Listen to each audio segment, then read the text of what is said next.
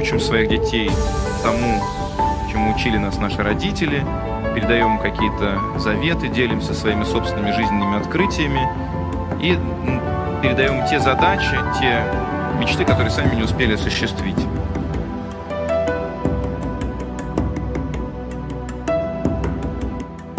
Поразительно.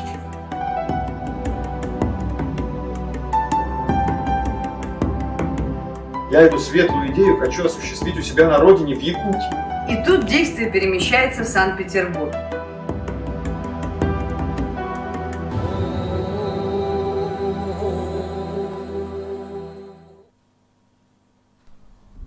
Доброе время суток. Меня зовут Владислав Левочкин. Я люблю литературу так же, как любите ее вы. Сегодня вас приветствует снова Якутск. Мы продолжаем нашу школу драматургов Арктики. И мы благодарим наших партнеров в лице Фонда президентских грантов, Фонда тотального диктанта, Музейного комплекса «Россия. Моя история». И наша школа посвящена памяти якутского драматурга, лауреата Большой литературной премии Василия Егоровича Харсхала. Сегодня у нас в гостях журналист, писатель, драматург, лауреат многих специальных премий и лауреат Гран-при Московского кинофестиваля Семен Ермолаев. Давайте его поприветствуем.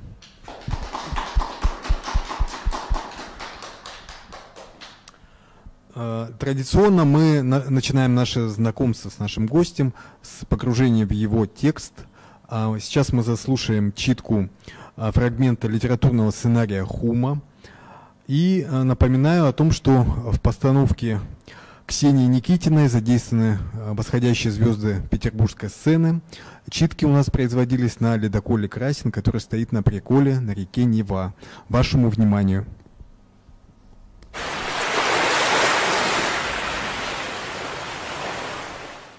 Дыхание ХД нарастает, темно, воет ветер. Выходит парень. Он русский. Он едва держится на ногах от усталости. Он одет в телогрейку. На спине зэковский номер. Как тяжелое шумное дыхание нарастают звуки ХД, эвенского танца. В сполохах красного света мелькают танцующие черные тени. Парень закрывает глаза, затыкает уши, желая избавиться от наваждения. Но тени не исчезают. Это не галлюцинация, они существуют, совершенно реально. В ужасе парень кричит, тени исчезают. В наступившей тишине слышен только вой ветра. Обессиленный парень падает ничком, лежит неподвижно. Вдруг, как будто что-то услышав, он вздрагивает, хочет встать, но сил нет даже двинуться. Приближающийся шум вертолета, и вот он уже совсем близко. Парень вытаскивает нож, но сил нет, чтобы защищаться. Плачет, кричит из последних сил, зовет кого-нибудь, ударяет себя ножом, всхлипывает, затихает. Шум вертолета удаляется, слышен только вой ветра. Вдруг снова вспыхивает красный свет, снова звуки ХД, снова тени. Парень встает, снимает телогрейку и, оставшись в белой рубашке, идет к теням. Звук дыхания ХД усиливается. Свет гаснет. Дыхание превращается в оленье харканье. Слышен звук сталкивающихся оленьих рогов. Светлеет. Выходит парень, девушка и старик. Увидев телогрейку, останавливаются. Парень, замедляя шаг, приближается к телогрейке. Молчит. Понятно, что перед ними труп. Медленно опускается перед ним на колени. Ну, старик, где ты говорил, земля твоя? Это твоя хума, которую мы ищем. Здесь, что ли? Ты про это говорил? Здесь такие дожди снега, что без следа размывают останки умерших, и они не становятся добычей хищников. Где же горящие в темноте огни? Где танцующие ХД тени? Богатая тучными оленями хума. Покажи мне это, старик, ты же обещал. Сколько гор обошли, речек пересекли, все из-за этих теней выдуманных. Ты все придумал, старик. Это все неправда. Ты во сне все это увидел и мне рассказал. Это все в раке, слышишь? В раке. А правда-то вот она. Вот. Гниет под дождем труп. Добыча диких зверей. Старик и девушка приближаются к трупу. Сзади них из темноты выходит русский парень в белой рубахе. Волосы светлые, русский, совсем мальчик. Он заключенный. Смотри номер на телогрейке. Наверное, тот, которого в прошлом году искали. Ну что делать будем? Как что? Сообщить надо. Ты что, старик, забыл, что мы от курса самовольно отклонились? Если дадим о себе знать, сразу все выяснится. Что же теперь делать? А ничего. Пускай лежит, как лежал. Кому он нужен? Нельзя. Грех. Как же семья, мать? Какая мать? Наверное, ждет его где-нибудь. Мать.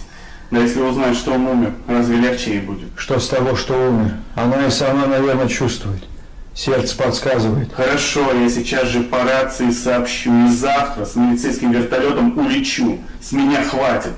Как последний дурак, хожу за тобой, сказкам твоим поверил. Вбегает девушка. Она хочет остановить парня. Он отталкивает ее, уходит. Девушка смотрит на старика, старик прячет глаза. Девушка убегает вслед за парнем. Русский парень подходит к старику. А ведь все это из-за тебя. Если он не едет, кто жизнь даст этой земле, когда сюда вернутся тени? Ну скажи мне, кто? Это все из-за тебя. Зачем ты сюда пришел? Зачем? Что тебя сюда привело? Так далеко от твоего каменного города в эти горы. Темнеет. Шум дождя. Посреди сцены сидит девушка, протянув руки к небу. Дождь течет по ее лицу. Входит парень, смотрит на девушку, подходит. Они молча смотрят друг на друга. Почему не спишь? Сидишь тут под дождем, поспала бы, отдохнул. Я за оленями посмотрю. Старик уже спит. Ты одна здесь сидишь под дождем, мерзнешь. Девушка опускает голову. Ты не умеешь говорить, но когда ты смотришь на меня, со мной что-то происходит. Почему ты смотришь на меня? Что ты хочешь мне сказать? От твоего взгляда я как заарканенный олень начинаю беситься. Нет, ты этого не видишь, это никому не видно. Этого вообще не увидишь. И все-таки это так. Проклятый дождь, все небо затянуло. Так что же я говорил? Сам не знаю что. Это все из-за низкой облачности и из-за дождя проклятого. Когда кончится эта блокада? Как только так сразу рвану отсюда, без оглядки, в город. Девушка поворачивается к парню, что-то мычит. Нет, ты хорошая, это я плохой. Мотает головой. Опять болтать не то начал. Это все из-за дождя, да еще этот покойник рядом. Все мысли спутались, скачет, ни на чем не остановится. Снова выходит русский парень в белой рубашке. Как будто кто-то ходит, как будто все время кто-то рядом. Ну, конечно, это он. Он здесь. Нет, это опять я глупость сказал. Это такая же глупость, как и тени, которые мы замучились искать. Нет, все, я пойду оленей пасти. А ты иди спи, не стой под дождем. Ни к чему это. Что тут может произойти? Парень уходит. Девушка смотрит ему вслед. Затем переводит взгляд на русского парня. Мгновение они смотрят друг на друга. Он приближается к ней. Девушка, отвернувшись, бесшумно уходит. Русский парень возвращается. Слышен плач девушки, темнеет. Снова шум дождя и дыхание ХД. Старик и парень сидят молча. По-прежнему льет дождь. Слышал, сегодня ночью плакала душа матушки земли. К чему бы это? Почему она заплакала? Опять сказки сказываешь? Нет, я и раньше мальчиком в этих местах ее плач слышал. Но я-то всю ночь с оленями на хуме был, а ты в палатке спал. Нет, это правда она. Хозяйка, мать земля плакала. Я думаю, она тебя отпускать не хочет, поэтому дождь посылает и плачет, рыдает. Я не Евен, я другой породы.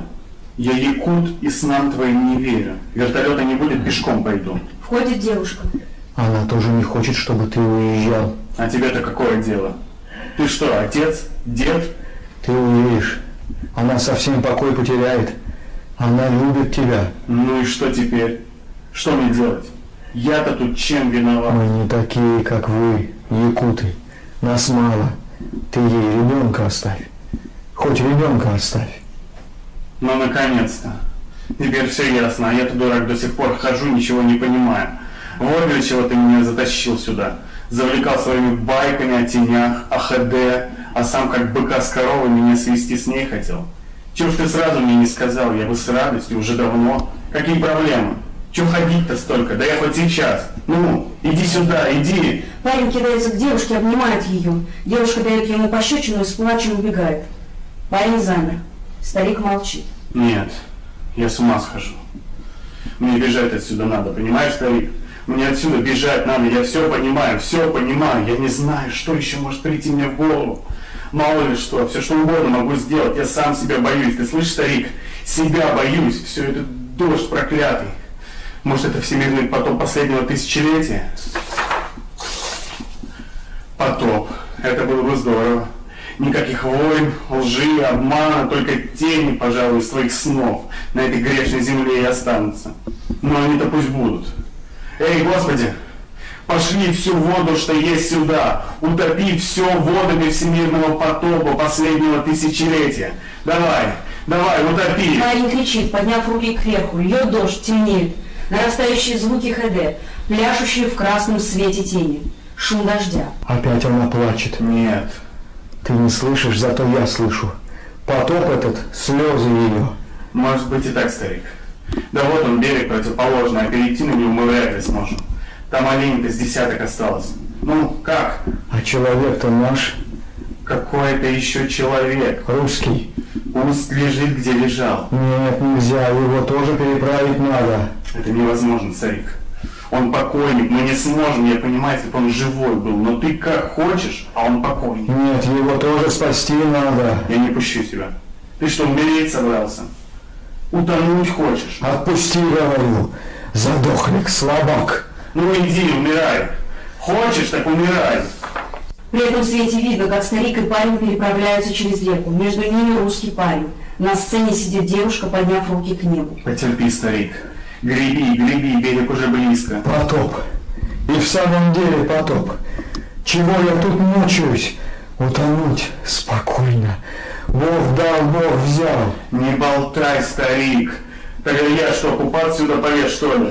Немного осталось, держись. Смотри, видишь? Что? Тени красные. Это они. Они меня к себе зовут. Где? Ты с ума сходишь, здесь нет никаких теней, здесь только ты и я посреди реки. Этого нет, это глюки, понимаешь, старик? Глюки. Слышишь? Это они. ХД танцуют. Не слышу и слышать не хочу, это наше с тобой бешеное дыхание, слышно? Дыхание ХД усиливается. Держись, совсем мало осталось. Нет, я остаюсь. Они зовут меня. Там хорошо. Это мои люди. Я остаюсь. Нет, их нет, это бред, призраки. Сейчас будет берег, уже близко. Вот уже, держись, держись, все, берег, добрались. Тени тоже закричали, подняв руки. Вдруг становится тихо, все исчезает. На сцену, едва передвигая ноги, выходят старик и парень. Осторожно выносят телогрейку, кладут на землю. Обессиленные садятся рядом с девушкой. Старик, а мы ведь спасли его. Спасли. Мы его спасли. А ты не отпускал меня. Темнеет.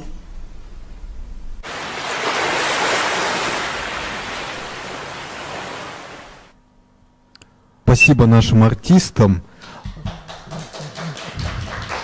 Ну, первый вопрос напрашивается вообще, почему именно этот фрагмент пьесы. Вообще, ну, многие ваши пьесы были поставлены. Это, я понимаю, не один раз была поставлена. Вот недавно была постановка Сергея Потапова, да? А почему вот вы выбрали именно ее? Ну, раз называется этот семинар «Школа драматургов Арктики», у меня очень много пьес. Если я буду там свои вещи, не связанные с Арктикой, мне хорошо будет. Понятно. По тематике, да? Да. По тематике. И еще такой момент хотел уточнить. Вот как раз автор перевода пьесы находится здесь, в зале, Валентина Александровна Чусовская. Насколько Валентина Александровна вот угадала интонацию, вот, как вы считаете, она смогла вот передать полностью вот ваш замысел? Конечно. Лучше нее, я думаю, никто это не смогла бы. А вы всегда довольны переводами? Вот насколько зависит от перевода? Ну вот. Так, во-первых, мои вещи на русский язык единственные, кто переводила, вот Валентина. Все пьесы Валентина Александровна. «Седьмой ангел», «Хума», а все остальное я сам.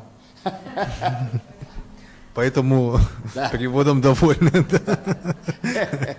Понятно. Ну вот у нас есть, коллеги, как раз таки вопросы от читателей, участников конкурса. У нас ведется конкурс, и в конце передачи мы должны определить победителей, которые из ваших рук получат журнал с пьесами.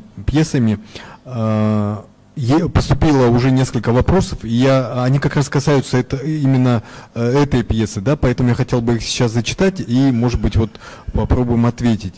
«Хума» – одно из популярных ваших произведений, поставленных на театральных сценах республики. Какие эмоции чувствует драматург, когда его произведение оживает на сцене? Ну как? Радуюсь. Все спектакли были разными, да? Разные. Разные. Сначала этот спектакль поставил Юра Макаров в Нюрнбергском театре. А потом Маинский народный театр Василий Павлович Винокуров. Вокально-хореографический спектакль. Настоящая Хеге там, танцует с хореографией там.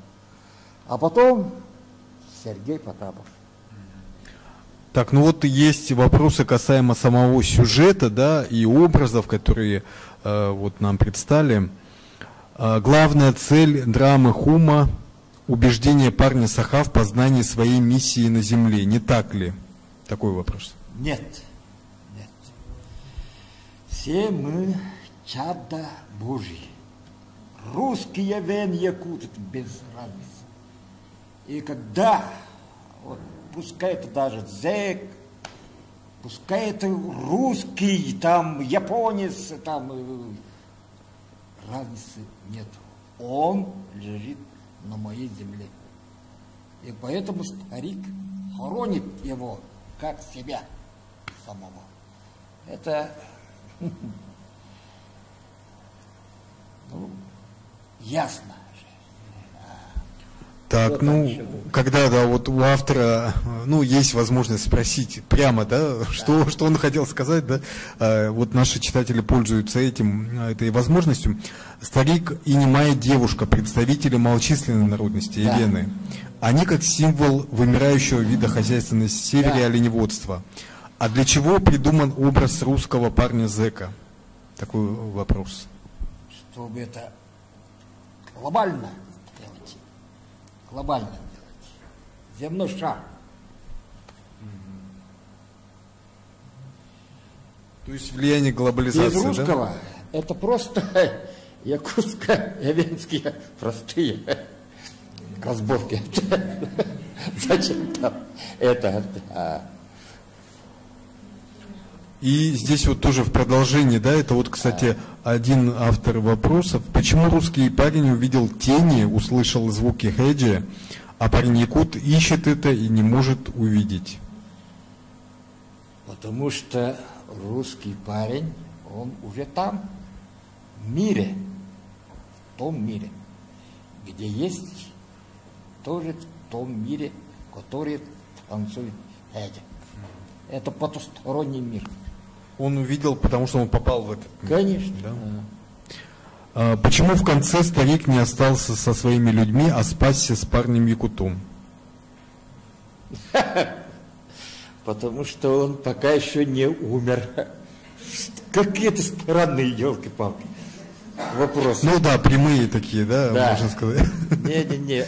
Они явно этот журнал не получат. Бесполезно. Парень-якут придумал для создания образа спасителя эвенов, продолжателя рода. Почему девушка немая? Ну, ребят, это образ такой. Без немой девушки, если бы она слишком была там слишком много там ля-лю там говорил это. Нехорошо это. Это должно вызывать сострадание. А если она одна ля-ля-ля-ля, это что такое? Нехорошо. Такие вопросы, это как-то... Ну, то есть, как бы у автора это все складывается на ощущениях, да, вот... Посмотрел, и все. Скажи плохо. и иди. Хорошо, закончим с этими вопросами. Давайте приступим к нашему мастер-классу. Да, я думаю, что тема очень такая, ну, скажем, актуальная, интересная. Мистика, сюрреализм, драматургия, да? Хорошо, пожалуйста. Ну, вам я слово. сам очень такой, можно сказать, сюрреалист, мистик. Почему? Потому что я считаю, что существует потусторонний мир, и они влияют на нас. Если ты пишешь пьесу, у меня вот такой был случай. Однажды я написал свою самую любимую пьесу «Аласа Тутуасоток без». «Одинокая сосна посреди Аласа». Там два эмигранта якута в Японии. Написал эту вещь Сергей Потапов, еще там студентом, да, в колледже. Он это поставил с Ефимом Степановым в маленьком вот таком. Ничего. А после этого вышла книга Багдарына Сюльбя. Нерен Нергюй называется. Я эту книгу взял, читаю, и у меня аж спина такая, волна пошла. Письма двоих якутов-эмигрантов из Японии. Все, как я описал в этой пьесе. Не зная, не читая этого письма. Там написано, да, вот мы вдвоем в Японии, вот землетрясение. А я, когда эту вещь писал, я вникал, читал литературу. В 25 году в Токио было большое землетрясение, полгорода там. И они в эту ситуацию попали, у них сгорели там всякие документы, все сгорело. И вот эта же ситуация описывается. Я ему сказал: о, Михаил Спиридонович, вот такое дело у меня, я написал пьесу, а вот в твоей книге это письмо есть. Я этого вообще не читая, это уже написал. Михаил Спиридонович тоже очень удивился и мне сказал: напиши газету, говорит. А я отказался, нет. Это значит, это ихние, которые в том мире, души, через меня воплотились в этой вещи. Я этому верю. И верю еще к тому, что писатель, поэт ли там, драматург, неважно, у него есть там, ну, можно сказать, кураторы, наставники. И когда вот человека захватывает идея, которую он хочет написать, настраивается на эту волну, и тогда они, эти кураторы, ему подсказывают, ведут. Вот мистик я. Саму тему мистицизма затрагиваете же тоже часто, да? Конечно. В самих у меня все вещи. Все. Целый фильм, целый спектакль. Все. Ну, надо сказать, что вот эта тема, то, что вы сказали, что слишком много раскрывать нельзя, да? Нельзя. Вот как вы понимаете, где найти грань, где можно открыть, а где нельзя? То есть подсказывают, говорят, да? Что вот это можно открыть? Слишком раскрываться не надо, слишком это не надо. Хорошо. Серьезные вещи. Хорошо. А у аудитории тоже есть возможность задавать вопросы, записывайте свои мысли, подумайте. И у нас вот, да, сегодня будет несколько подключений. Я прошу взять микрофон, нашу площадку в Санкт-Петербурге. Я надеюсь, что со звуком все нормально. Библиотека Маяковского. Я вижу автора нашего проекта Милу Кудряшову и Ольгу Погодину-Кузьмину. Это писатель, драматург, сценарист, автор сценариев к фильмам, пьес, лауреат драматургических премий и кинопремий. Пожалуйста, передаем вам микрофон. Я хочу передать слово Миле Кудряшовой, организатору, куратору нашего проекта. И она хочет задать вопрос Семену Ермолаеву. Так как Мила много работает в кино, в кинематографе, а ваша судьба связана с кино. Семен, здравствуйте. Здравствуйте. Да, здравствуйте. Я знаю, что вы один из тех, кто начинал якутскую волну, этот феномен, который существует сейчас.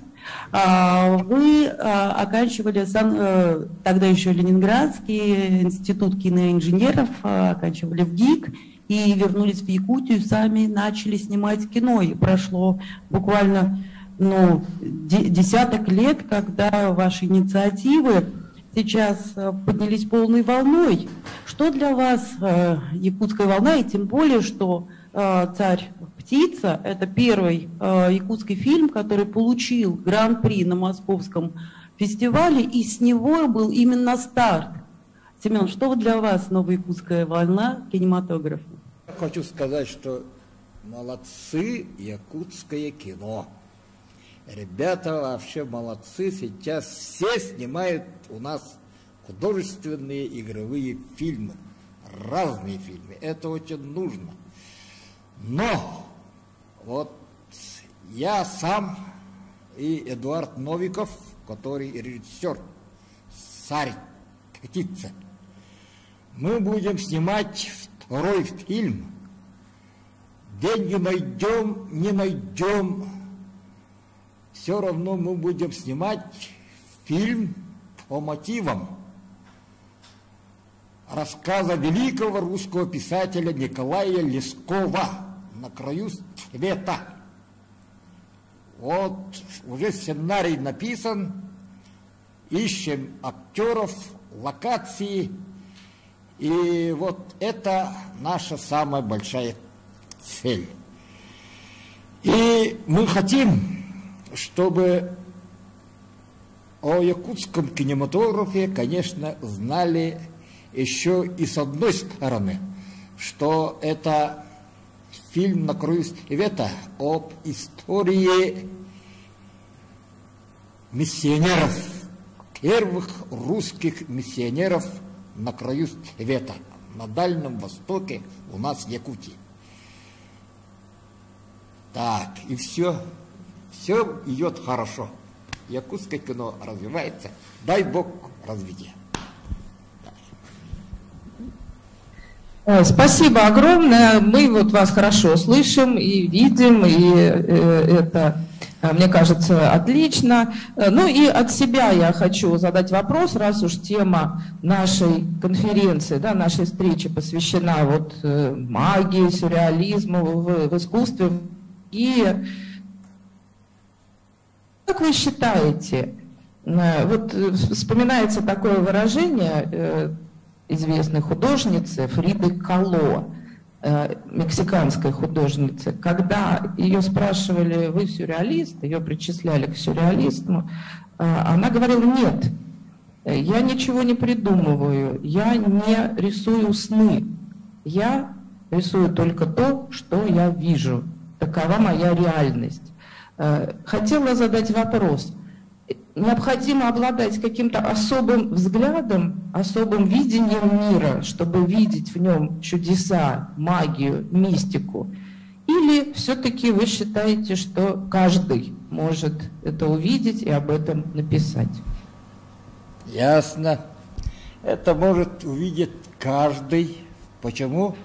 Потому что каждому человеку дана такая удивительная способность, как видеть сон, собственные сны. Вот это очень главное в жизни. Это нас, верхние божества, готовят к той жизни. За рубежом нашей жизни там еще есть жизнь. Так что смерти нет, ребята. Все.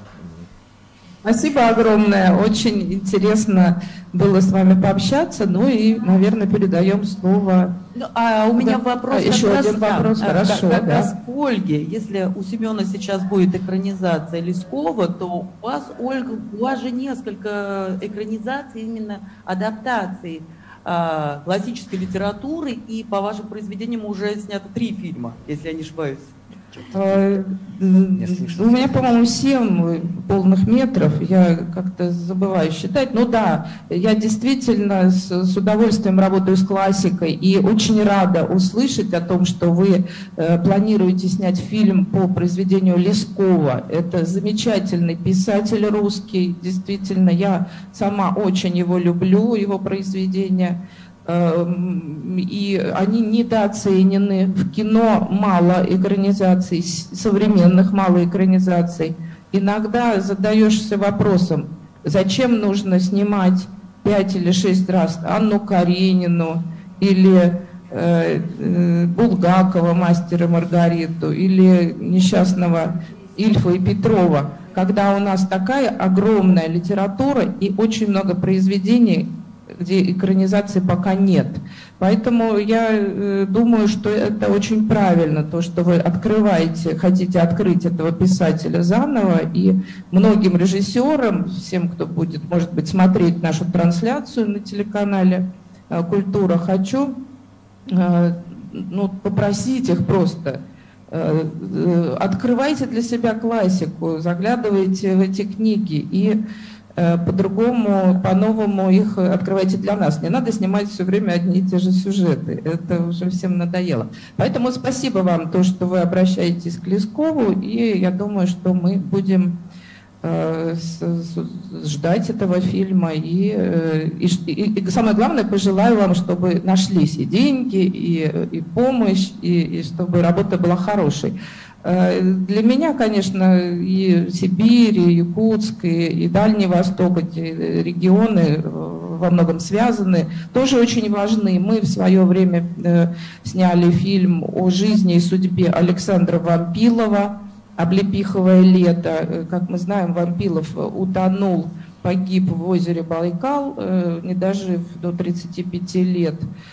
И вот фильм о его судьбе очень хорошо принимали в Иркутске, и на Байкале мы с ним ездили, и, надеюсь, может быть, посчастливится побывать и в Якутске, пока еще мы не добрались до него. Ну вот уже мы, по крайней мере, видим друг друга. В нашей студии еще кто-то задает вопросы? Я хочу, наверное, попросить Марию Ануфриеву, писателя и тоже участницу нашей конференции. Мне кажется, что все бы мы хотели как-то принять участие в фестивалях, лучше и больше узнать якутскую культуру, якутскую драматургию.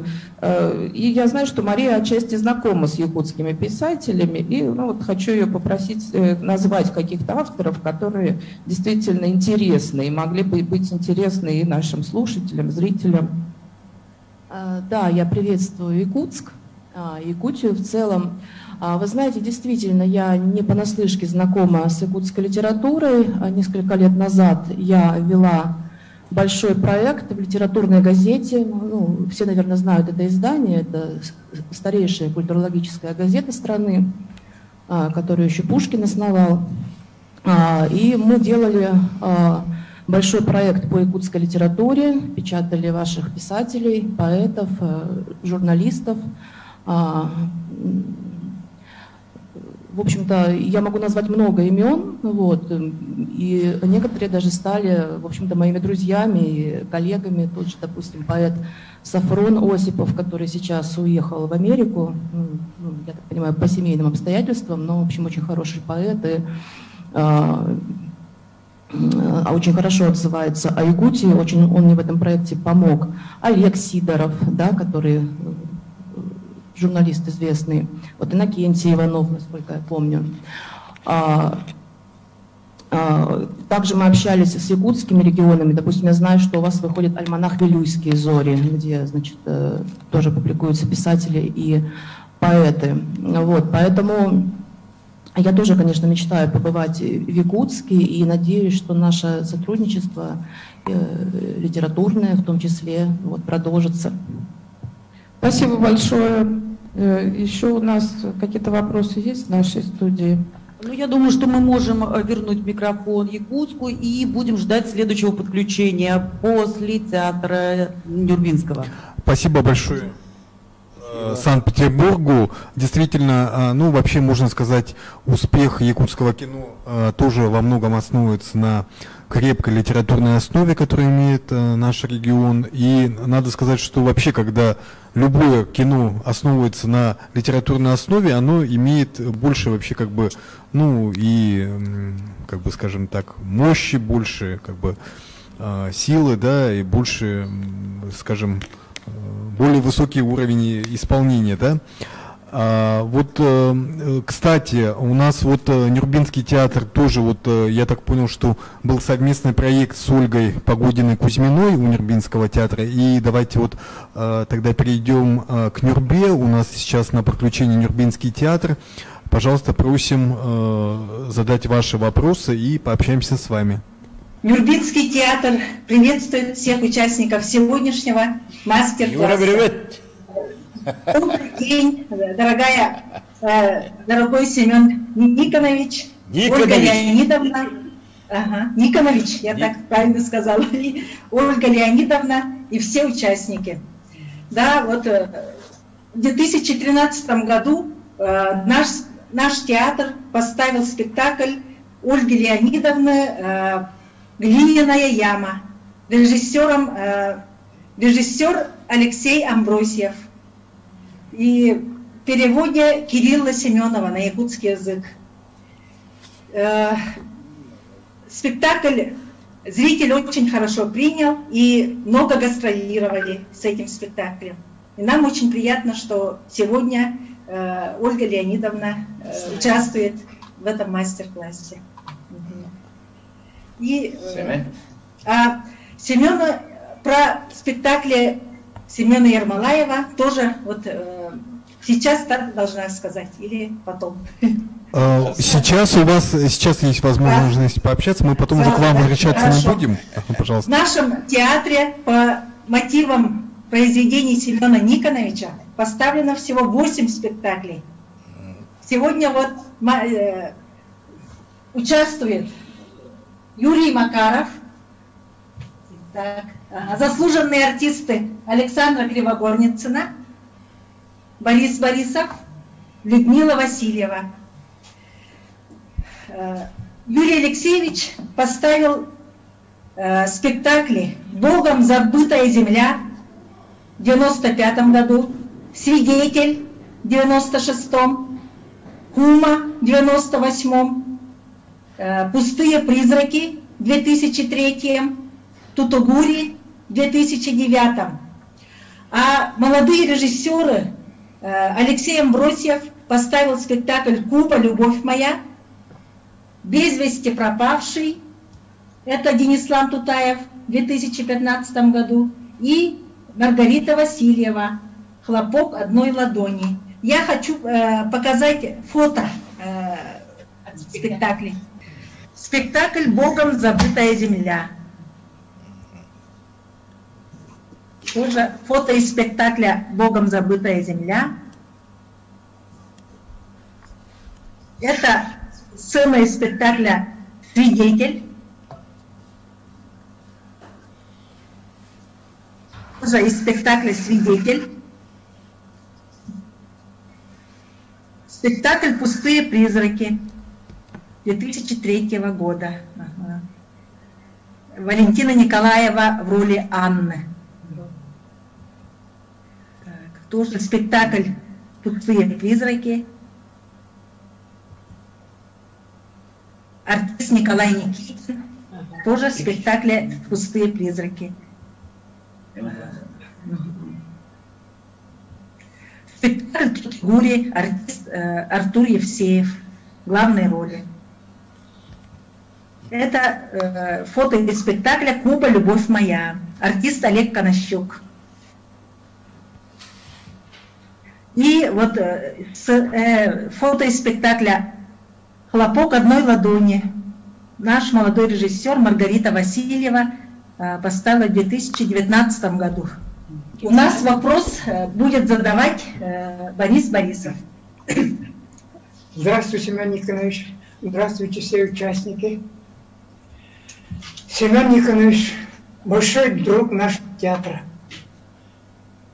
Вот из его спектаклей «Богом забытая земля» стал визитной карточкой нашего театра. И он участвовал в фестивале Польши, фестивале «Контакт» в Торуне в 96 году, в 97 в городах Франции, фестиваль «Пассаж», в 99-м в Балтийском доме получил приз за своеобразие художественного языка, приз жюри фестиваля.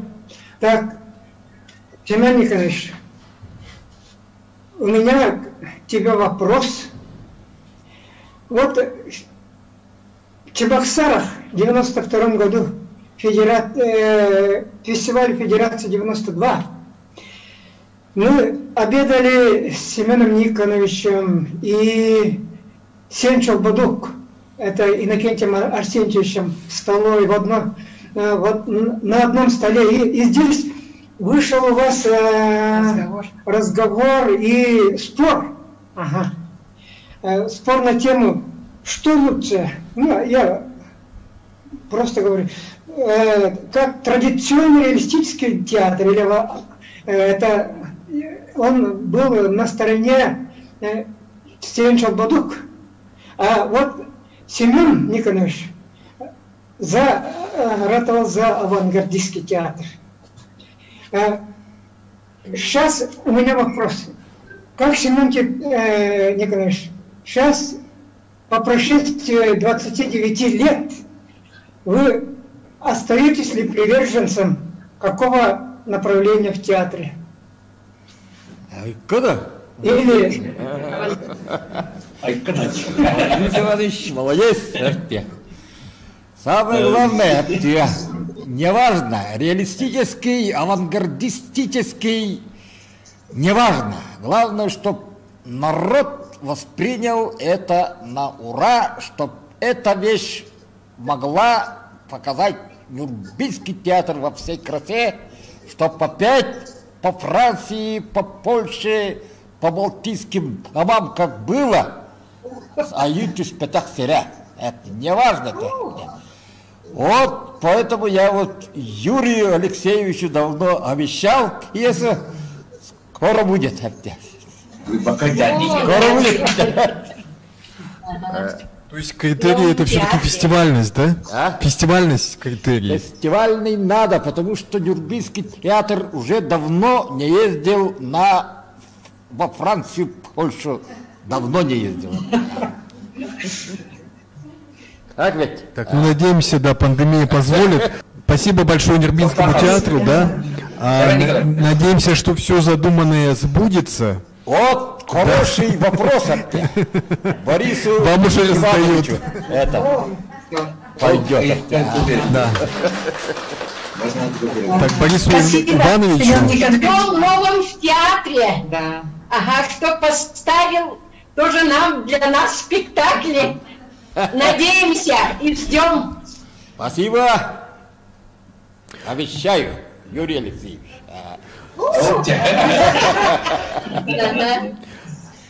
Так, ну, Нюрнбергский театр соскучился, да, видимо.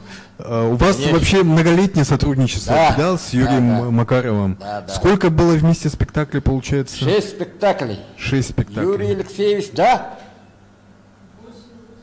6 будет 9. Юрий Макаров сам лично 6. поставил где-то 6, по-моему. И плюс еще там Алексей Амбросович, Денислав, Маргарита Васильева. Маргарита, да. Ну, вообще, вот на самом деле всегда интересно, да, как драматург находит вот своего режиссера, да, как режиссер находит своего драматурга. Вот как, допустим, у вас вот возникло сотрудничество, как вы познакомились, и сразу ли у вас взаимопонимание возникло, что схожие темы для вас актуальны? Да, вот Юрий Алексеевич, когда поставил спектакль от Гулустан, он меня позвал.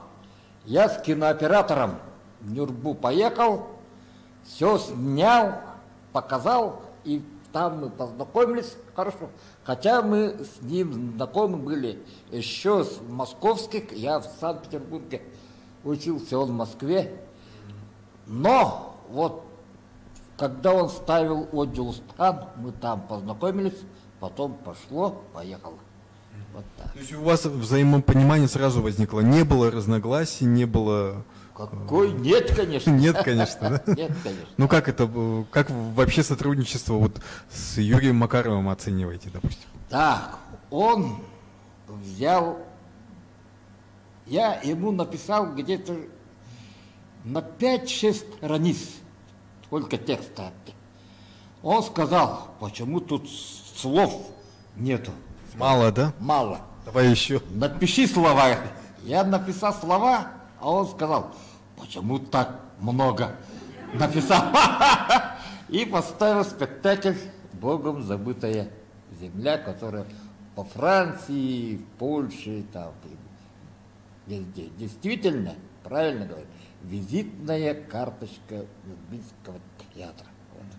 Надеюсь, что этот же спектакль, когда новое здание Нюрнбергского театра будет построено, что он этот спектакль восстановит и будет показывать. На это очень надеюсь. И как вы думаете, вот почему именно у вас, ну, как бы, такое взаимопонимание, общее, что у вас, как бы, общее, что это же важно, чтобы, опять же, у режиссера и драматурга совпадало, да, вот какое-то мироощущение, может быть, да, или... Конечно. Вот я посмотрел его спектакль «Оджилстан», мне еще у него очень много было спектаклей по Неустроеву. Очень хороший спектакль был. И сразу же мне стало ясно, что Юра – это большой режиссер. И поэтому я стал уже под него специально для Юры писать пьесы. Вот так. То есть вы изначально концепт обсуждаете, общую какую тему, потом... Да. Угу. Я уже, вот так. И надо сказать, что это, ну, как бы, получается, современная драма. Да. Если он, допустим, до этого пользовался там теми произведениями, которые в предыдущей эпохе были написаны, сейчас, ну вот, когда вы вместе работали, у вас была возможность какие-то проблемы современности отображать, да? А с другими режиссерами как было? Вот с Андреем Савичем вы работали? Были постановки? Нет. Не было, по да? эстетическим Почему, как вы и думаете? этическим проблемам у нас разногласия. Почему? Вот я что не не люблю так? массовки, когда 30 человек выходит под этот синтезатор, выходят, там ничего драматургу там делать нечего. И поэтому я горжусь, когда мою маленькую пьесу «Апокалипсис или Бог» из камеры номер на якутском языке Международный фестиваль «Благая весть», Майнский народный театр, ребята-кочегары поставили, затем обманули фестиваль «Благая весть», международный фестиваль, что мы филиал студия Саха-театра, обманули, поехали на 2 УАЗиках без синхронного перевода на русский язык и порвали там. И все. Это была единственная постановка этой пьесы? Потом были еще постановки? Были, конечно. Были, да? Это в Хабаровске ставили. Это вообще какого года? Театр. Какого года пьеса? 98-го. Пьеса. Но она же актуальна, да? Потом это ставили в Азербайджане. Потом молодой Эдуард Новиков по этой пьесе снял свой короткометражный дипломный фильм и тоже там по нескольким фестивалям. Так что, ребята, мы знаем это. хвалиться, конечно. Хорошо, ну с другими режиссерами вы же тоже работали. Вот с другими режиссерами якутскими вы же тоже работали. Вот Сергей Потапов, например. Да, он поставил 4. 4, да? Спектакля. С ним вот есть полное тоже взаимопонимание, как не с Юрием? очень. Не очень. Да. Почему? Не очень. Но он молодой, талантливый человек, ему больше Шекспир там, а мне его мироощущение не очень-то нравится. Да, все врут, там насилие показывают, там кровь течет. Я такой, мне это вообще у меня есть свои принципы, вот такого не должно быть. Я думаю, что он, конечно, умный человек, потому что если будет ставить меня, то его там в Москве, ну что ты поставил-то, елки-палки. А когда он Шекспира там изгаляется, там всякие, кровь там льется рекой, там в Москве, вау, там, вау, а вот так. Ну тоже фестивальность, это же... Ну, это можно, но не для меня, который верующий человек, который умрет, который туда попадет, а там от меня будет спрос. Какую фигню ты, елка, там пишешь? Нельзя с такими вещами шутить. А ребята этого пока не знают. Молодые. Ну, скажите, у вас тоже же вот на самом деле такие темы непростые затрагиваете, да, в пьесах, и болезненные, и, ну, на самом деле, человек для чего в театр приходит? Чтобы получить свою порцию стресса, да, как бы, чтобы мучиться, для чего? Это не ко мне, это к Сергею Потапову. Мне это абсолютно вот. Народ смотрит, не смотрит, пофиг как-то. Я, главное, свое сказал, ты сказал, а ставить будешь, не ставить, ну иди, все. Ерунда все это. Вообще по пожеланиям драматургов что-то меняли, сюжеты, героев? Режиссер, скажи. Да, да, по пожеланию режиссера. Нет. Нет, да? Я когда пишу пьесу, все, я им, своим режиссерам всегда вот так говорю. Вот я написал, хоть что ты делай, это меня не касается, потому что я написал великую вещь, нетленку, а режиссеров вас много. Ты поставишь, потом еще кто-то. Я умру, кто-то еще будет ставить. В этом отношении я режиссерам разрешаю все. Непоставленные пьесы есть у вас? Есть. Есть непоставленные? Несколько есть. Ну пусть. Они еще пока не нашли своего режиссера? Да, нормально. Нормально, да? Это нормально. То есть вы именно пишете с тем, чтобы они потом увидели свое воплощение? Конечно. Изначально. Человеческая жизнь вечная. Жду. Так, коллеги, ну, есть возможность задать вопросы, пожалуйста, уже накопились, наверное? У меня, можно сказать, 3 вопроса. Да? Вы сказали, что вы человек верующий. Да. Какая у вас когда вера? Вот меня это интересует. Да, вот вы верующий человек, вы православная вера у вас, вы или тенгрианец? Да, может... Я верю в светлые силы, в котором входит и Христос. И наш Юрюк Арпоян. Этот ответ удовлетворяет, нет? Ну да. И потом еще вот такой... Я не замыкаюсь в одной религии. Дальше. А вот меня интересует еще, вот как вы относитесь к такому явлению, да, как истинности? Очень хорошо. Очень хорошо. И как вы думаете, если у женщин, да, и в Якутии, может ли быть такая организация, как вы думаете, да? И какая эмоция якутской женщины вот для вас важна? Как вы бы, какая эмоция характеризует якутскую женщину? Эмоция, да. Да, именно эмоция какая? Эмоция, да. Да. Для вас важна какая эмоция якутской женщины? Которая описала бы ее, да, и она как бы более доминирует в вашем понимании? В моих спектаклях женщина сострадает. Это сострадание.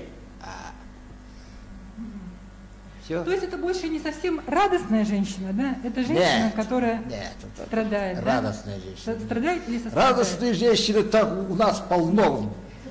Драматургия. Радуется, да пусть радуется.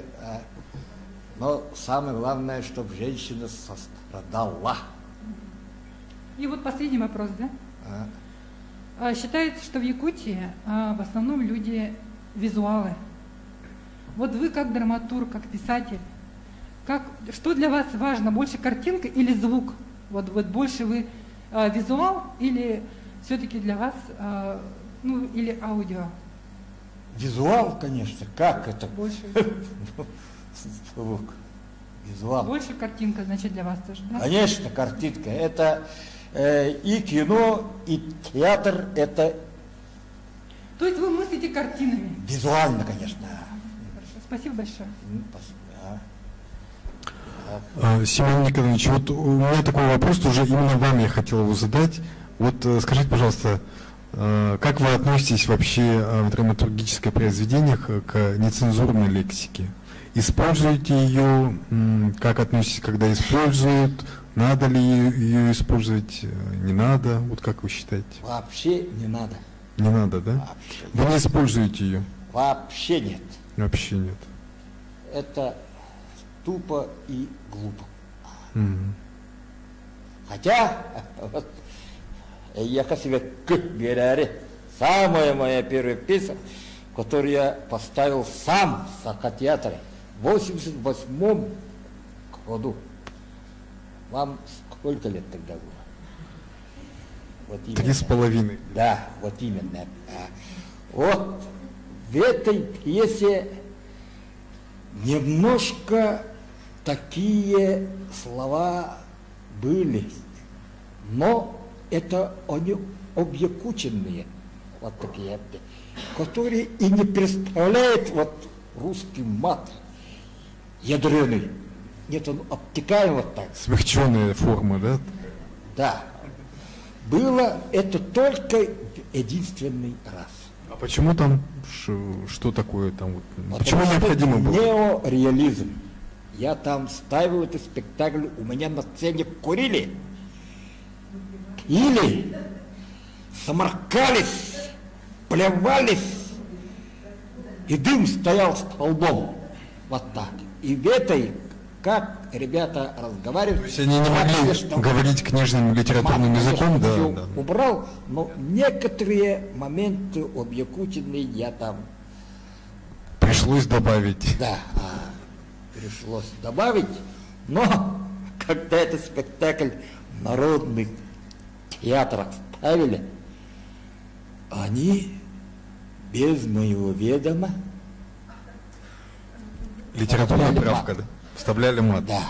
Например, в Катасской народном театре одна студентка Сергея Потапова в колледже поставила в Катаске спектакль.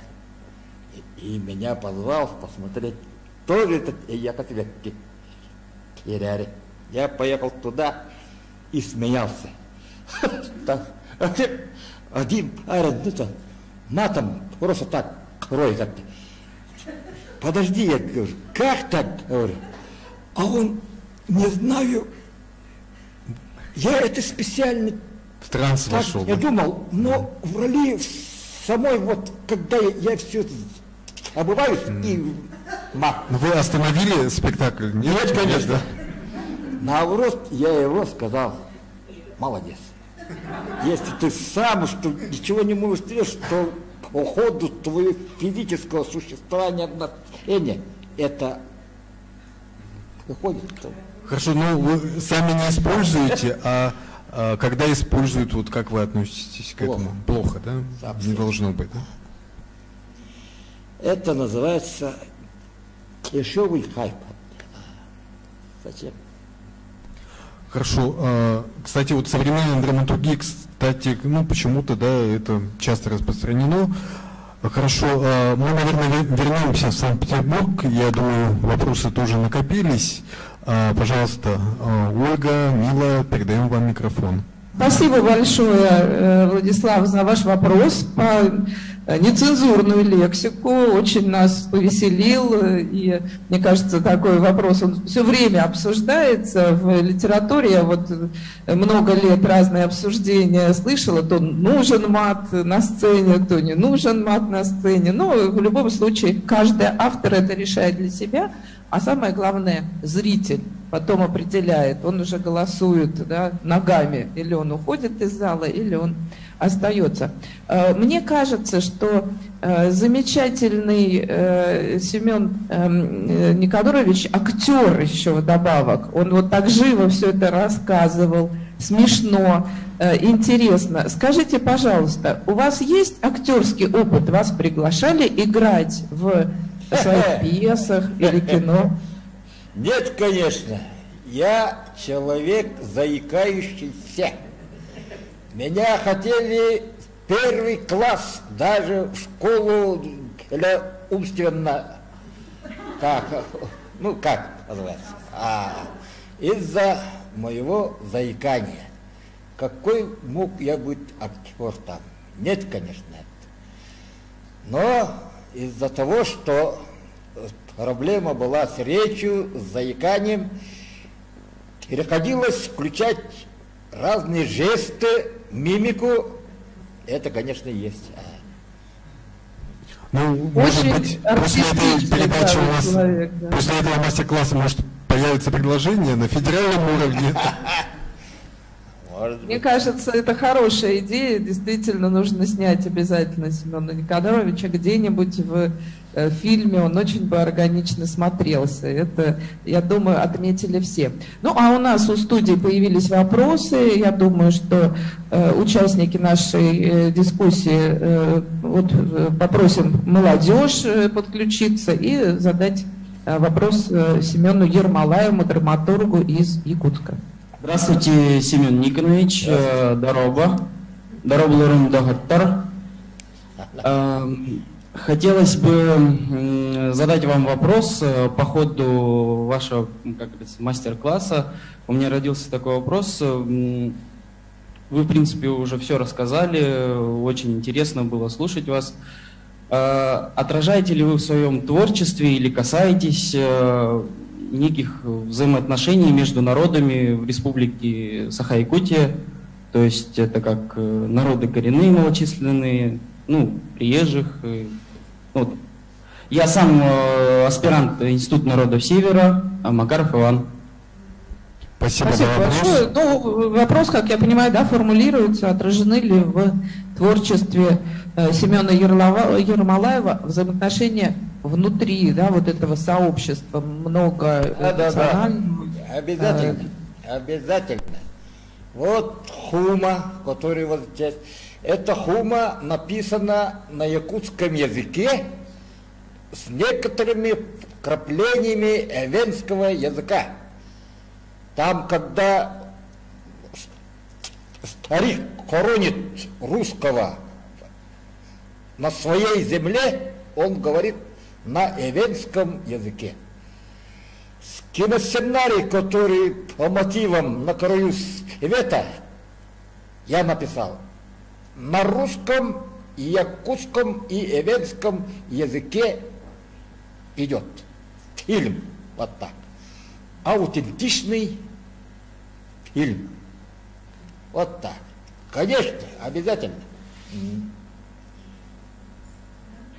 Спасибо большое. Мне кажется, это очень важно, потому что страна наша многонациональная, страна наша богата культурными традициями. И вот когда слышишь, в каких разных регионах ставились пьесы Семена Никоновича, очень, конечно, по-доброму так об этом думаешь. Хорошо, что люди до сих пор имеют возможность узнавать о культуре, о жизни друг друга, вот даже да, в Азербайджане, в Прибалтике, в каких-то других регионах, которые уже стали самостоятельными странами, но по-прежнему остаются все-таки и каким-то общим пространством, общей культуры, единого пространства. Вот у нас есть здесь и просто читатель, зритель.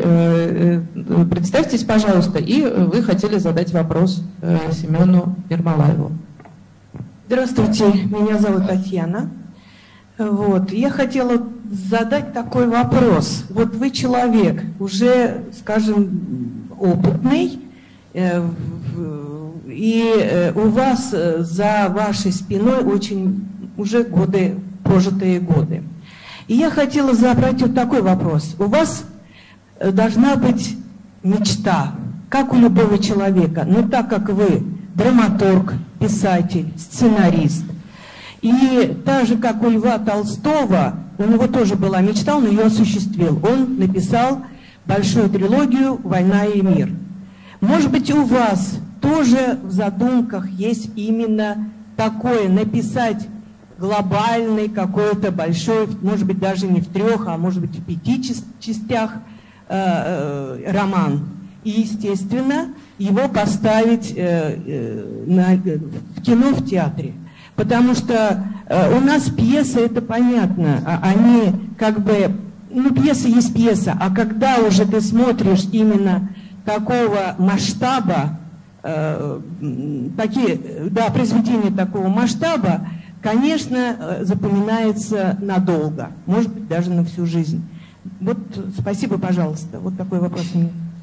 Спасибо за вопрос. Ну вот, есть ли мечта написать крупное, большое, значимое произведение? Есть, конечно, есть. Хочется написать, но как получится, это есть мечта. Но не скажем, да? Но пока не скажем. Пока не разрешили силу, да? Будем ждать.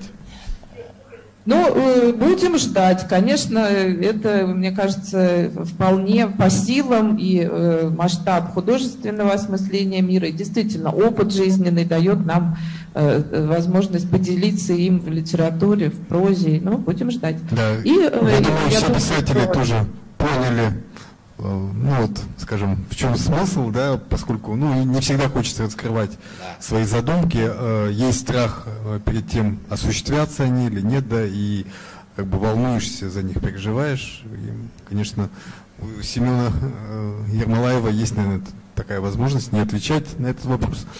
Спасибо Петербургу, и, наверное, мы переходим в нашу студию, да, если нет больше вопросов. Задать еще один последний вопрос, да, который опять касался кино и участие Семена в кино. Дело в том, что помимо того, что Семен драматург, он все-таки еще и режиссер, он делает небольшие фильмы и, как я думаю, знаю, сам монтирует. Можно открыть небольшую завесу тайны, пусть они телевизионные, но они авторские и ваши. Что это был за проект и над чем вы работаете сейчас? Ну, я снимаю сейчас как режиссер, как кинооператор, монтажер. В одном лице я снимаю маленькие короткометражные фильмы. Очень это люблю и еще будем снимать. В плане еще несколько фильмов, да. Сам в единственном лице. Мне, такой монофильм получается.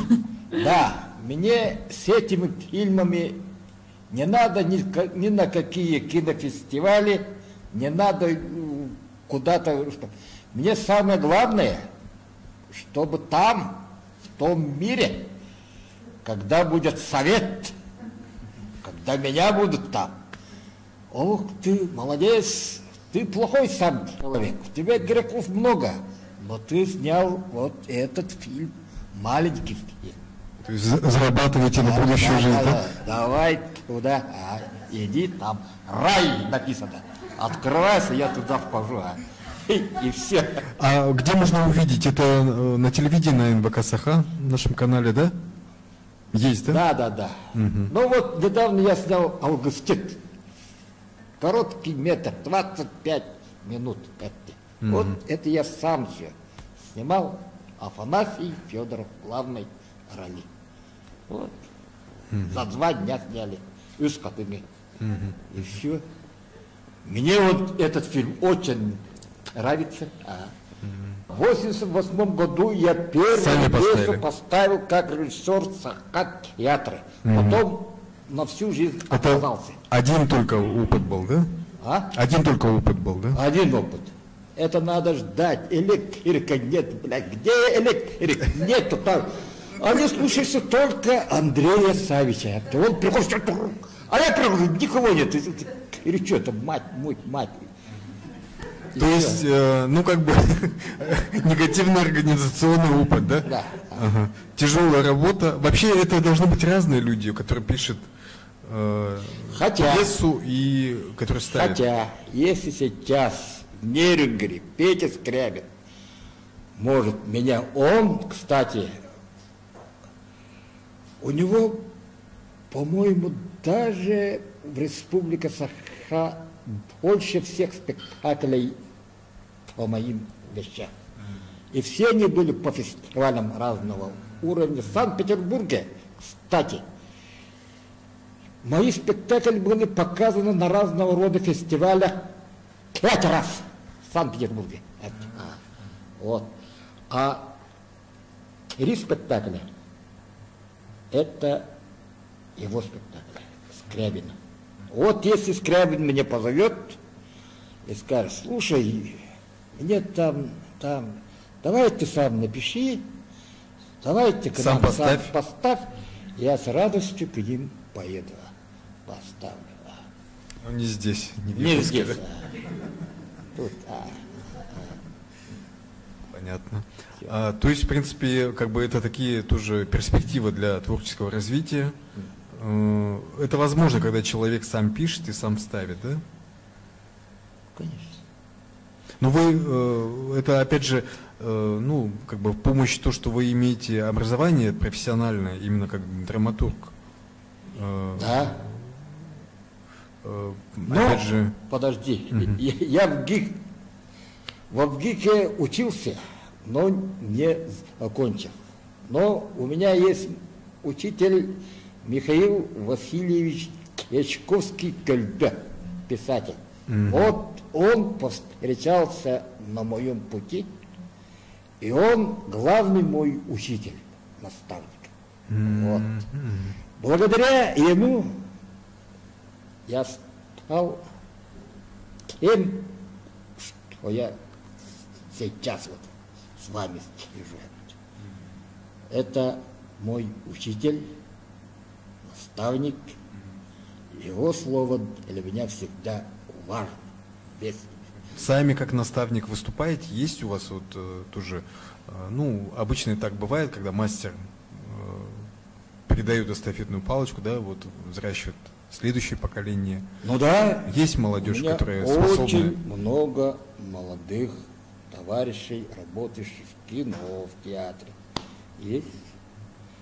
Мастер называется. То есть профессиональное образование, оно, вы считаете, не нужно, да? Нет. Когда говорят: вот я в ГИК закончил, там ГИК, тут написано, о, это все ерунда. Главное желание у человека, и все.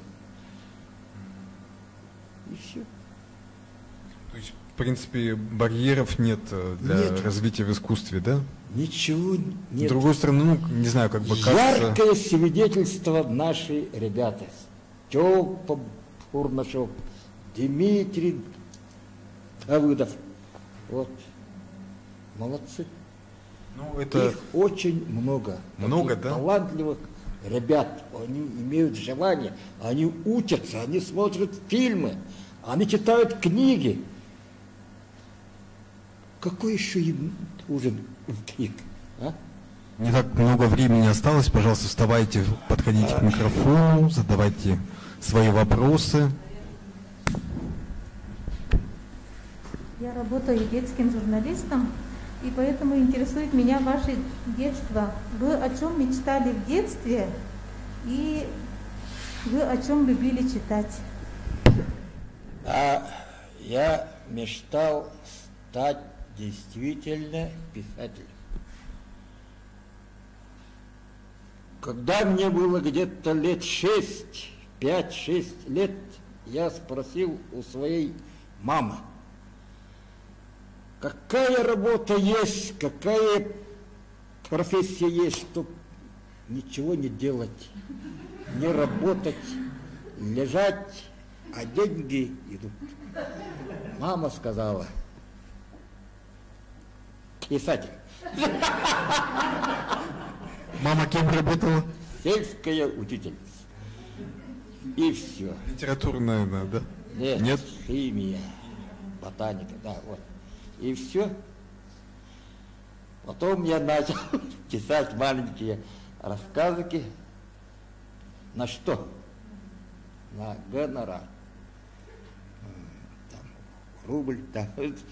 Вот. Вот так. Это было. А потом все это я далеко забросил, поступил в институт киноинженеров, учился в Ленинграде, и после этого начал читать очень много.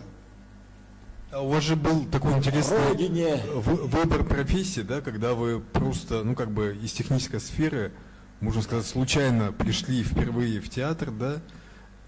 Это был спектакль Андрея Савича. Да, главный «Голубой берег» мой. Из-за этого я все свои рассказы, которые я писал очень много, рассказы такие мои были, но которые в Котугус-Улус я относил, никто меня не печатал.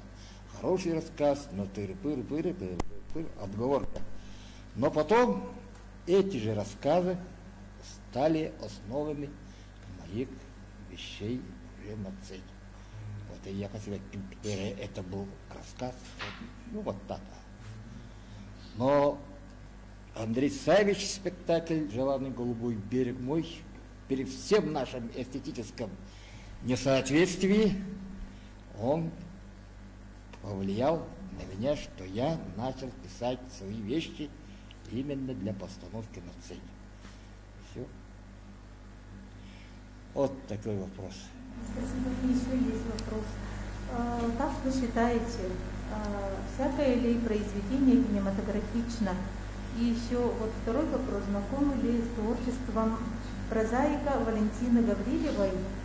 И меня очень впечатлил фильм Михаила Лукачевского «Сол, дорога».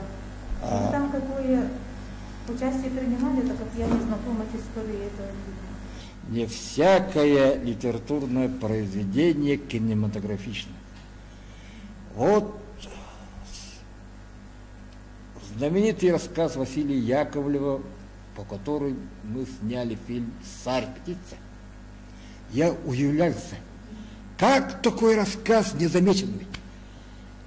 И мы, когда снимали «Сеттяк-сыр», это было 97-й, по-моему, год,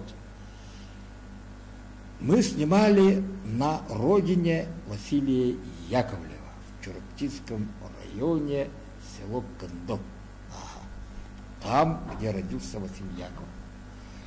Потом я Василия Яковлева увидел в Татинском Кёле, в библиотеке. Я ему сказал, ты написал великую вещь. Я хочу это экранизировать. Он мне согласие дал, обрадовался. Выпили мы с ним. Очень хорошо посидели, потом несколько раз встречались. Потом он, к сожалению, умер. Как он умер, мы с Ильей Ивановым, режиссером, начали искать пути снимать этот фильм. Там впервые компьютерная там анимация появилась, и впервые мы искали чучело орла, что потом оно вот так, да. Долго мучились, но потом поняли, что вертолета нам никто не даст, те года никаких квадрокоптеров не было, а вертолет это такие деньги, отказались от этой затеи. Потом Эдуард Новиков, который молодой, он был у нас кинооператором в фильме «Сеттяк». Он закончил институт, приехал, и вдруг он сказал, давай снимем это. Я начал его сразу же отговаривать. Где мы найдем вертолет? Где мы с Элляем там искали, год готовились, ничего не получилось. А он говорит, пиши, мы поедем там, Кыргызстан, Казахстан, будем искать. Так что я Эдуарду Новикову благодарен. Благодаря его настойчивому вот так. Молодец. Так, еще о чем-то хотел. Ладно. Сол было, да? Сол. А? Валентина Гаврилева. Валентины Гаврилевой. От спектакль Юры Макарова «О Дюлстан». Это по повести Валентины Гаврилевой. Но моему мироощущению, я реалист, я вот он не очень-то подходит. Меня вот подходит вот Василий Яковлев, вот царь птицы, вот это. Вот. Мне больше такие вещи подходят. Нравится. Лукачевский сол. Лукачевский сол это о моей пьесе «Сволготова Ассерда». Ну, мне там фильм не понравился. Да, он слишком там артхаус, там противогазами там. У вас не так было, да? У вас не так Конечно, было, да? нет. Все было проще. Заум, это он хотел казаться умным, чтобы там на фестивале, там где-то в Москве, Петербурге, его похвалили, и это ему удалось. Там в нескольких фестивалях он этого фильма получил там, да? Но это нет. Я надеюсь, что это моя пьеса найдет еще кинематографический свою жизнь еще найдет. Ну, мне кажется, вообще многие ваши произведения приобретают какой-то артхаусный такое звучание. Почему это я так? Вы против артхауса, да? Почему? Не должно быть. Я так говорю. Моя пьеса «Айбан Ары», ее снимал Никита Аржаков. Потом был Вячеслава Семенова фильм. Потом еще кто-то там уже, спектакли вот так вот. Так что жду «Солго Туманнах Сассерда». Может... Другая версия, да? Да, другая версия, без как написано, фауми там, вот такого. Но Лукачевского я не ругаю. Молодец, он так это видит. Молодец. Я вообще режиссеров не ругаю. Я просто им так говорю. Я тебе дал великую вещь. Если ты это снимешь, это я. Ругаться на этот фильм будут. Виноват будешь ты. Когда хвалить будешь, то я. Всегда так я разговариваю. Но с ними очень отношения мои хорошие. Я их поддерживаю, они надо мной изгаляются, там всякие делают тыры-пыры. Я молчу. Почему? Потому что еще будут новые режиссеры, которые будут ставить мои пьесы, эту пьесу по-иному. Нормально к этому относиться. Вот такие дела. Хорошо.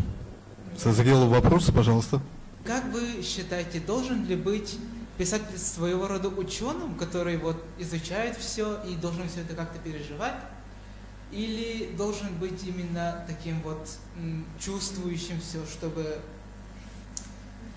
через все у него проходило, и он оставался чуть ли не вот пустым после этого? Как вы считаете? Я скажу, пути Господни неисповедимы. Как вперед, как медиум вперед, или как изучал изредка по-разному. Почему? Потому что я сам с 4 класса на сенокосе работал, кочегарил, и все мои вещи, первый фильм «Охоном» с Афанасием Федоровым в 1987 году снимали в моем родном поселке, в моей родной кочегарке, и он играл кочегара. Если бы я не кочегарил, я бы этот сценарий бы не написал. А если бы я с 4 класса на сенокосы не ходил, 40 градусов жара, машкара, маленький мальчик, я бы не писал бы «Сердях Джон Куранка Танарда». Ну вот так. Значит, я не смогу писать, допустим, какой-нибудь роман или пьесу о каком-нибудь там московском жителе, который там, елки-палки, вот так. Не могу. Мне только который я сам ощутил. И все. И оттуда тоже надо ждать. Оттуда тоже надо ждать. Получен ответ, да? Ему вторая. Вторая книга. Как зовут? Айсен, да? У нас уже, вот мы до финала не дошли, уже одна книга только осталась. Ну вот вопрос такой, как вы вообще относитесь к критике? Часто ли вот слышите критику, как реагируете на нее? Вот хороший вопрос, но вам это не будет. Не надо. Единственный писатель, драматург, который умолял театральных критиков писать и ругать мои спектакли. Это я. Например, вот Валентина Александровна, Галина Никентьевна, все знают Николая Ивановича Максимова. Он известный, он там театровед, он мне постоянно говорил: так, ты что-то там не то, там спектакль я твой видел, там не то, там ты это плохо сделал, это плохо. А я говорю: Николай Иванович, напиши про мой спектакль и ругай. Я тебе даже бутылку поставлю, там, да. Как? Чтоб потом со временем тебя посчитали за дурака. И он отказывается писать. Все. Такое есть. А бывает такое, что вот, нет критики вообще? Вот вышла работа, поставили спектакль, критика, может быть, там режиссер обсуждают, да, а вот как бы вы ответной реакции в свой адрес не слышите. Как вы, бывает ли такое, как к этому относитесь? Я только однажды рассердился на критика. Захожу в интернет, наш спектакль с Петром Скрявиным «Нева, Черная речка, Ахерон» на Пушкинском международном фестивале была, там был фурор, играли мы без синхрона на русский язык. И вдруг, там тоже дипломы всякие, вот так-то. А потом в интернете читаю, там какое-то обсуждение, и там написано, там была критик, какая-то женщина, и там написано, которая знает якутский язык, и что что этот спектакль там плохой, там или плохо написано, типа вот такого. Это где там знаменитый критик, который знает якутский язык. Я не понял это. Кто она, я позвать? Вот так. И все. А остальные мне пусть ругают, это ерунда. Сами как реагируете, вот, когда нормально, да? Бывает в лицо высказывают тоже, да? Или как чаще за спиной, там, в интернете? Каким образом вот, вообще доходит? Ну вот, когда седьмой ангел Скрябин поставился в театре, там ко мне аж подходили, да? Ты что это написал? Ты что это? Таким же вопросом Андрей Савич хотел поставить эту пьесу, а я ему не разрешил. Тебя пока еще ты не готов, не созрел до этого, я тебе отказываю. Как идеализировать киллера, убийцу? Как ты можешь?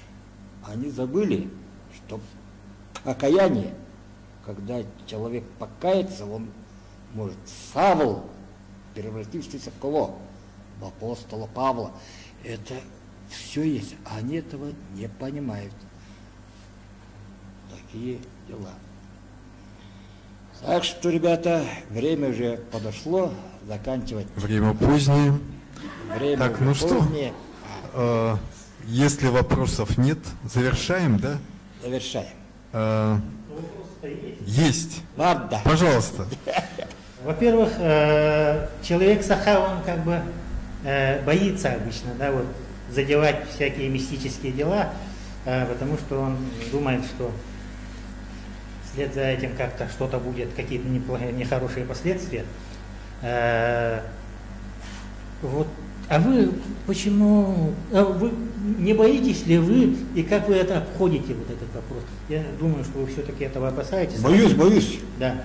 Но как вы это дело обходите, как для себя это объясняете? Я никогда не напишу о шаманах наших что-нибудь плохое, что-нибудь, я их очень уважаю и знаю их. Даже священники, миссионеры даже к ним обращались.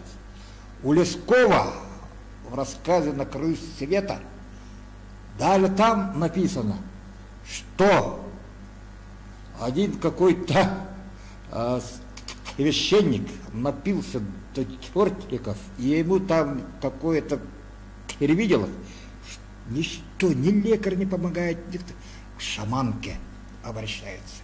Все это есть. Так что я никогда, я очень серьезно к этим вещам отношусь, и вообще нельзя ругать. Из-за этого меня Сорна Маллан однажды чуть не из НВК Саха. Сначала начальство мне сказало, что я Сорном Малланом сделал серию прямых эфиров о роли миссионерства в развитии якутского народа, образования. Я хорошо говорю. Сорном Маллан пришел, разговаривал, а потом он сказал нечто, которое меня... Начал он шаманов как-то. А я, Дмитрий Кунович, нельзя... пожалуйста, об этом, пожалуйста, в прямом эфире, пожалуйста, не стоит говорить. А он там аж скочил от меня. Ах ты, елки-палки, типа вот. А вечером этого дня Сардано-Оюнская фонд Оюнского меня сделал лауреатом, да. И вот позвали в кафе, я там пришел, смотри, Дмитрий Конович, кто это понял? Меня увидел и начинает Семену Афанасьевичу, нашего президента НВК Саха, на меня что-то показывает, а потом Семен Афанасьевич, ты что, Дмитрия Коновича оскорбил? Да нет, я просто ему сказал, что про шаманов, пожалуйста, плохо не говорите. Ну, я не только про шаманов, не только про шаманов, но и про мэтров, да, надо плохо, лучше не надо плохо. Да. Вопрос такой, продолжение, наверное, вопроса про критику. Ну, наши творческие люди иногда, ну, в поисках, наверное, какого-то эпатажа делают разные пограничные вещи, и иногда люди, ну, скажем, патриоты своего народа этого не понимают и бывает обвиняют авторов произведений в недостаточной почтительности к предкам, к культуре, в низведении, значит, каких-то авторитетов, выставление народа в каком-то неприглядном, непритязательном виде. Ну, взять тоже, допустим, Пугало или постановки Потапова, да, всегда бывают, звучат такие голоса. Вот вы сами встречались с таким в жизни, в творческой? В свой адрес, да? Да, патриоты на вас наезжали, скажем так. И как вы вообще к этому относитесь? Такой критики со стороны, скажем так, ну, непонимающих, может быть, людей, с вашей точки зрения, или, скажем, просто других людей, которые ваш замысел не так поняли? Ну, что-то такое я не помню. Единственное, я помню, когда с моими спектаклями мой родной поселок с моими спектаклями нельзя ездить. Я им это отказал, запретил. Почему? Потому что в моих спектаклях они видят себя. А это про него он написал, а это про него он написал, а потом... Это очень болезненная тема для писателя, на самом деле, да? Ну, только вот такое. Понятно, спасибо. Вот мы часто слышим, что не хватает пьес, не хватает хороших киносценариев. А вы вот как считаете, как киносценарист, как успешный писатель, которого ставят везде, в Хабаровске, в Питере, я не знаю, где-то еще, в Азербайджане. Вот как с этим делом обстоит у нас в России, в Республике Саха? Есть ли, кроме вас, авторы?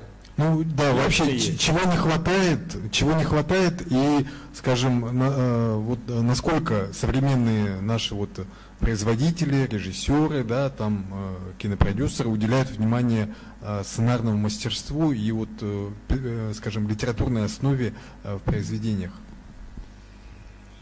Прямо благородие. Ну,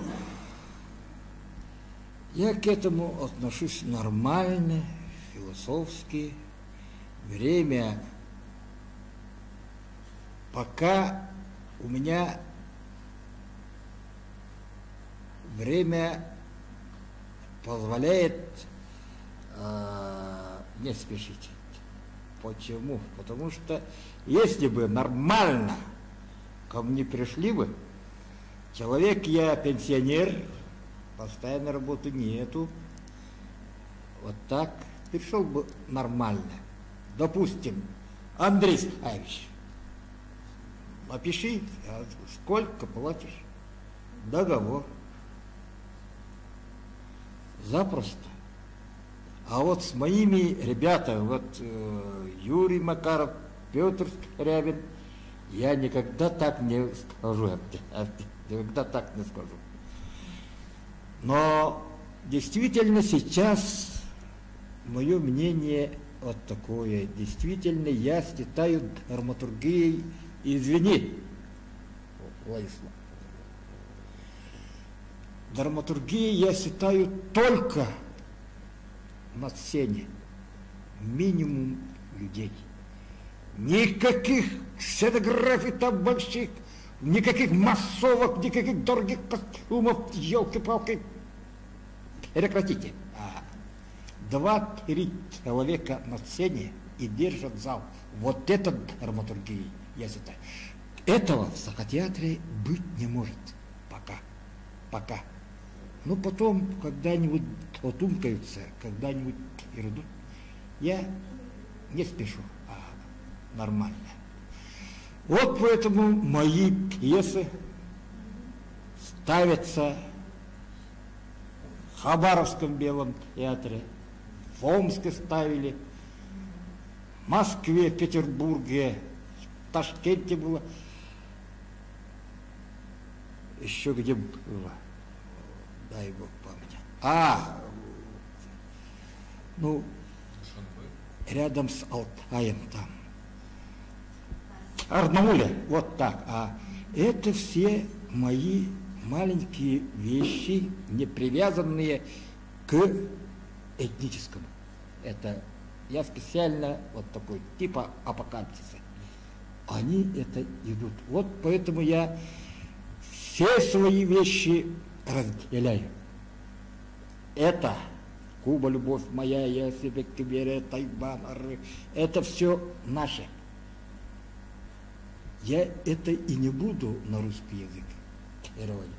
Это наше. Все. А вот это для мира. Но изначально все пишете на якутском, да? То есть Конечно, у вас все равно мышление, как это бы для язык мира. Вот так. Вот так. Мне еще два вопроса. Пожалуйста, конечно. Очень интересные вопросы. Да, у нас 10 минут еще есть. Книга к нему идет. В общем, обычно у нас как бы и в России, и вообще в мире традиционно всегда власть имущие финансировали культуру, да? Издревле. Дворы королей, ханы, наверное. Сейчас как бы Запад повернулся к более демократичным моделям финансировать. Наш народ готов ли к этому? Мы сами можем отдать свою личную копейку, оторвать от себя, от своих детей ради прекрасного, чтобы как-то не зависеть от государства. Зачем? Не надо. Оторвать от семьи, от детей вообще нельзя. Зачем? Ради великой цели? Нет. Ради народа? Все там решается. Если угодно высшим силам, то все будет. А если нет, то реальность, воля Бога. Значит, пока не надо. Успокойся и ходи. Или напиши, напечатай в интернет. Да, все. А именно фильм, спектакль это зачем? И последний вопрос. Раз мы все-таки собрались на школу, вопрос такой: в чем секрет вашего успеха, сторителлинга, рассказывания историй? Как вам удается вот это все держать зрителя в напряжении, заставлять его думать? Вот. Как людям писать? Это надо вот так. Без слов. И вот так. Что я могу сделать? И все. Это значит, мастер не выдает секретов. Это значит, антенна. Эфир настраиваю хорошо, значит.